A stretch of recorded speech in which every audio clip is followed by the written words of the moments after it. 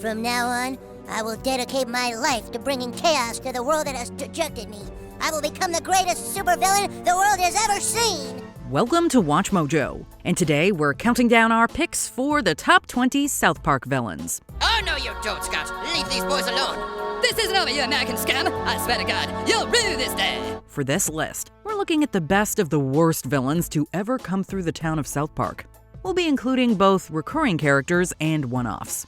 This list does entail a few spoilers. Who's your favorite South Park baddie? Let us know in the comments.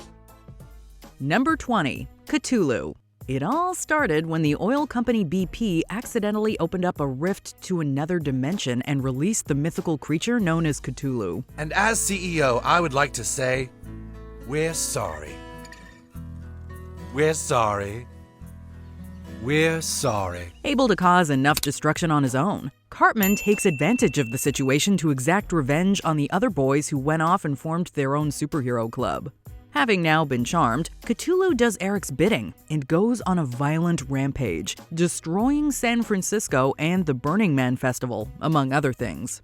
Similar to a certain mecha we may see later, Cthulhu is one of the larger adversaries on this list, and one of the most powerful the town has ever dealt with. The dark god Cthulhu continues his rampage of destruction and terror, and there seems to be no hope for man. Number 19, the Super Adventure Club.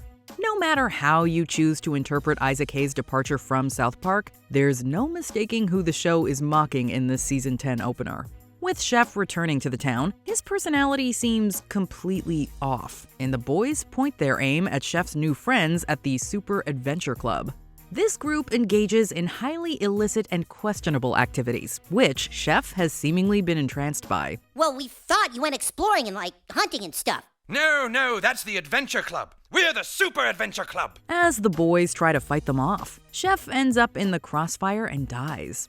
On the surface, it seems like a silly club, but when you look at what went on behind the scenes, it's clearly mocking Scientology, which many believe was what caused Hayes to quit the show. The Morlocks implode, feeding the adult's receptor cavity with energy that causes immortality, so saith the ruler of Bethos. Number 18, the Sixth Graders. This group of older kids has been around since the early seasons of South Park, but have only had a few notable encounters. Well, if it isn't Robin Hood and his merry men. Oh crap, the sixth graders! Forever seeing our four favorite boys as a target for teenage antics. Their most memorable episode came out of Season 6's The Return of the Fellowship of the Ring to the Two Towers.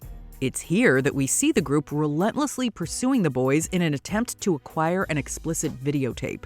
Far tamer than others on this list, they're a classic rendition of the schoolyard meanies who love picking on the younger kids. Always led by the same angry boy, they even made several appearances in the South Park video games. Number 17, Linda and Steven Stotch. For a kid as naive and sweet as Butters, it's hard to fathom how he could have come from parents like Linda and Steven. Although they claim to love their son dearly, you'd bet otherwise given how badly they've treated him over the years. Most notably, Steven takes to grounding his son for countless activities that are either not Butters' fault or are so mundane that they could easily be forgotten. Why is Hamburger Helper in a glass of milk, Butters? I have no idea, sir. Linda may be the more passive of the two, but her insistence on submitting to Steven's whims makes her just as guilty. Whether they're trying to sell Butters to Paris Hilton or simply picking on him, these are likely the worst parents in South Park. Just come down now, son, and we promise we won't ground you for more than a couple weeks. At least Steven gets it from his mom. What's Linda's excuse? Number 16, Trent Boyette. How would you feel if someone you had wronged years ago finally resurfaced in your life? Trent Boyette, meanest, dirtiest, toughest kid in the world, super pissed off at us, Trent Boyette? For Stan, Kyle, Cartman, and Kenny, that came to fruition when Trent Boyette was released from juvie. Having caused a fire and injuring a teacher during their preschool days, Trent is blamed for the entire incident and is now back for revenge. Upon his return, Butters is Boyette's first victim, sending a chilling message to the boys. Ironically, they're all so scared of him, they enlist help from the aforementioned sixth graders. But even they succumb to Boyette's wrath when they get in the way of his revenge. Another wet willy? Worst one yet. It's all slimy and spitty. Number 15, Barbara Streisand. Given the show's creators' distaste for the famed singer, it's no surprise she's been portrayed as one of the most evil people to ever appear in South Park. I'm Barbara Streisand. So? So I'm a very famous and very important individual. Introduced in the very first season, Streisand's appearances have been limited, but all have shown her as a giant Godzilla-like monster known as Mecha Streisand. In her mech form, she terrorized the town, destroying much of it during both her original visit and her return with Tom Cruise in season 14. My God, she's even more terrifying than I remembered. Her attacks even took out recurring character Pip Pirrup. Thankfully, various versions of Neil Diamond have been able to pacify her. Number 14. Crab People. At the height of its popularity, Queer Eye for the Straight Guy found its way into the lives of South Park citizens. However, as it turns out, the stars of the reality show were actually the now famed Crab People. Crab people, taste like crab, talk like people. Forever chanting their mantra, their plan was simple: turn all men metrosexual so they could take over the world. Arguably one of the most obscure entries on this list, they've since been blamed for the flood in Beaverton and have even appeared multiple times in the South Park video games. For villains that even the creators thought were ridiculous, they've managed to stick around longer than anyone ever guessed they would. They're like half crab, half people, and they live below the ground. Dude, I think we can do a little better than crab people. Number 13. Steve Jobs.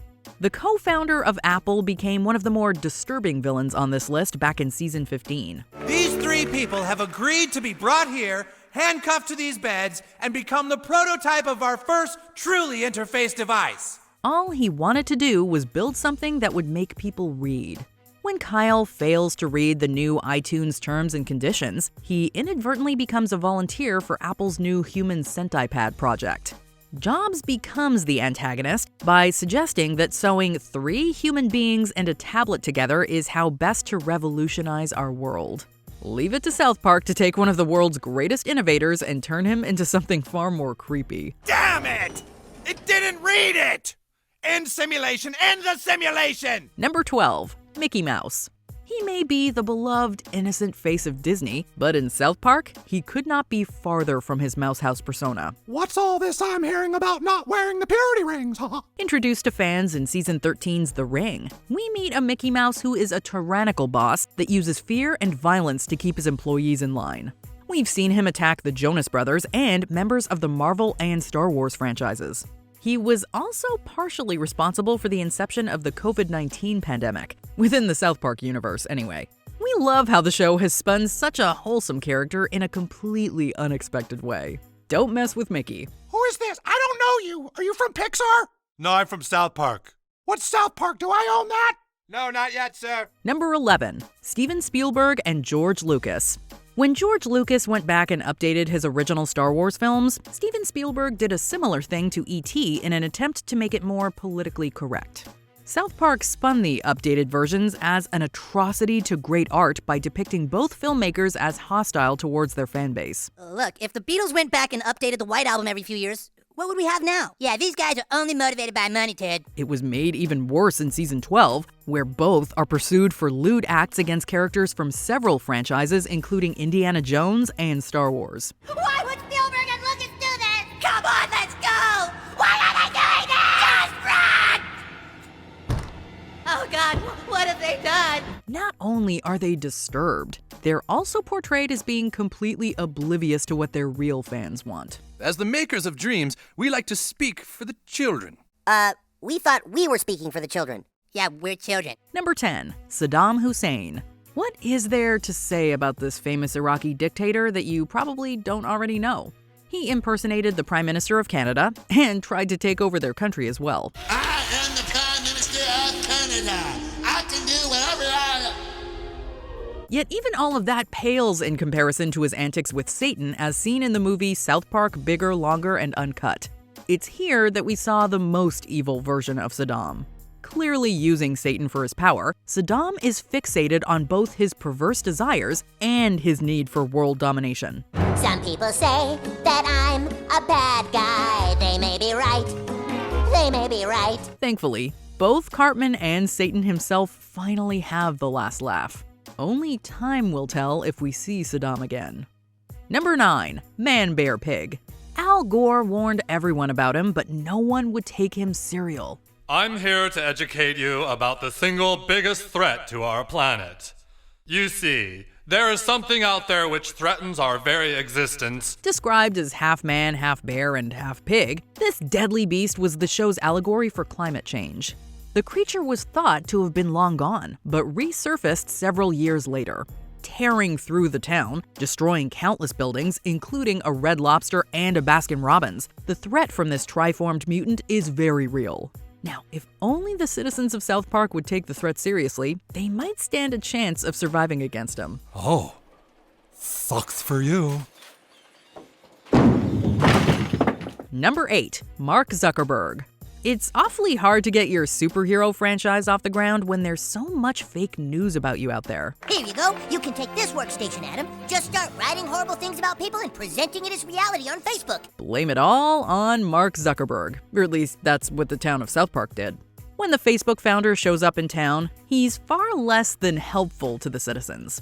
Instead, he spouts off gibberish nonsense, all while blasting pretend bolts of energy from his hands. As a villain, he's more annoying than anything. Who are you? I believe that's Mark Zuckerberg. Hey, that's my soup. So, you are trying to block me, huh? That's fine. What's your style? He may not actually hurt anyone, but we'd get pretty irritated too if some random person was in our house eating our food. I was invited here. I am only making use of a bed for sleeping, yes? Number 7. Tom Cruise. Perhaps one of the most infamous episodes of South Park came from the Season 9 outing Trapped in the Closet. Dad! Tom Cruise won't come out of the closet! What?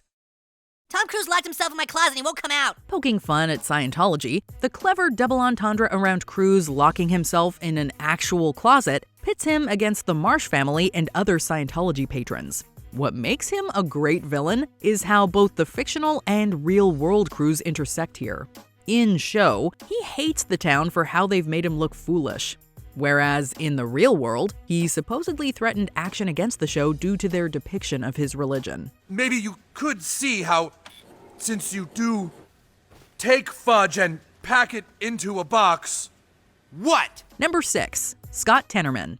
As evil as Cartman can be, it wasn't until we saw his first encounter with Scott Tenorman that we realized the depth of Cartman's neurosis. Scott is a high school kid who decided to pick a fight with Eric. Relentlessly mocking and deriding Cartman, Scott is the epitome of being a jerk. But even mean people don't deserve what Cartman did to him. Oh my God! Oh my God! Yes! Yes! Oh, let me taste your tears, Scott. It's no wonder Scott resurfaced later to exact his revenge in the most epic way possible. Eric Cartman. I've waited a long time for this. Given the sadistic nature of both Scott Tenorman and his half-brother Eric Cartman, maybe there is a genetic component to their sinister ideals. Number 5. President Garrison. This resident of South Park has said and done some questionable things over the years. But arguably the worst was as President of the United States. During both the campaign run and presidency, Garrison killed the Canadian president, suggested individuals of several ethnic backgrounds be eliminated, stopped the COVID-19 vaccine from being created, and even launched nuclear weapons on Toronto. Forever obsessed with approval numbers and public opinion, President Garrison is the kind of enemy that terrifies everyone for all the wrong reasons. However, what makes President Garrison even more scary is how much of the character during this time was based on a real-world politician. Well, do I look presidential? Honestly, you look 20 years younger. They really worked on my stank face. Look, whenever I don't know what people are talking about, I can just do this. Like, look, I can do this. This is my stank face. Number 4. Mel Gibson. This famous Lethal Weapon star found his way onto this list through the very memorable episode The Passion of the Jew. Stan and Kenny are adamant about getting a refund after seeing Gibson's depiction of Jesus Christ on screen. This is America, and in America, if something sucks, you're supposed to be able to get your money back. Come on, Kenny. When they find him in Los Angeles, Gibson is an absolute nutcase. Obsessed with being physically harmed, audiences are treated to a live-action head pasted onto an animated body that attacks the boys, citing quotes from various Gibson movies. He even goes as far as to wear the William Wallace makeup from Braveheart while chasing the boys. It's one of the most bizarre depictions of an actor ever seen on the show, and that says a lot. I've brought the fire and brimstone back to Christianity with the Passion, and now I'm going to start my own church. And do you know why? So I can play banjo. Jesus, oh how I love you, Jesus. Number 3, PC Principal.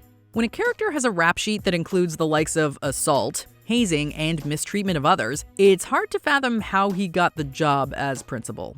Yet Peter Charles, aka PC Principal, finds himself wandering the halls of South Park Elementary School. All right, listen up. My name is PC Principal. I don't know about you, but frankly, I'm sick and tired of how minority groups are marginalized in today's society. It's here we consistently see him verbally harassing students for their non-politically correct behavior. He's even gone so far as to beat up Cartman in the bathroom when Eric tries to blackmail him. Although he has mellowed a bit, PC Principal is the South Park creators' example of political correctness taken to the extreme. We all should try to be more sensitive, but Charles here should learn to dial it down a little. What does being PC really mean? Well, I'll tell you what it means. It means you love nothing more than beer, working out, and that feeling you get when you rhetorically defend a marginalized community from systems of oppression. Number 2, the Woodland Critters. The inception of these horrific creatures came purely out of desperation. It's almost time when the time is here. The time that's only once a year. We can hardly wait cause it's so near. A woodland critter Christmas. From what the creators thought was a terrible idea conceived at the last minute became a huge hit with fans. Poking fun at various family-oriented Christmas specials, Stan spots these cute and cuddly creatures in the woods and mistakes them for being harmless. Instead, he discovers they're murderous, Satan-worshipping minions who want to revive their savior as the Antichrist. Don't let their appearance fool you. Given the right moment, they'd be willing to take anyone down for their own bidding. Others on this list may have been mean, but these little folks are some of the nastiest enemies to ever be seen in South Park. Now all we got to do is put the Antichrist into our human host. Before we continue, be sure to subscribe to our channel and ring the bell to get notified about our latest videos. You have the option to be notified for occasional videos or all of them. If you're on your phone, make sure you go into your settings and switch on notifications. Number 1, Eric Cartman. Just because he's one of the main characters on this show does not mean he's not the worst one of them all. Do you like it? Do you like it, Scott? I call it Mr. and Mrs. Tenorman chili. Over the 20-plus years he's been on screen, Eric Cartman has committed more terrible acts of violence and racism than perhaps any character ever portrayed on television. WatchMojo has had several lists discussing Cartman's terrible acts of hatred towards his friends, family, and even complete strangers. He holds nothing back for anyone, and arguably never has a sincere moment of regret. It is this complete and total lack of empathy for the world around him that makes him the perfect villain for our number 1. I don't make the rules, ma'am. I just think them up and write them down. Did you enjoy this video? Check out these other clips from WatchMojo, and be sure to subscribe and ring the bell to be notified about our latest videos.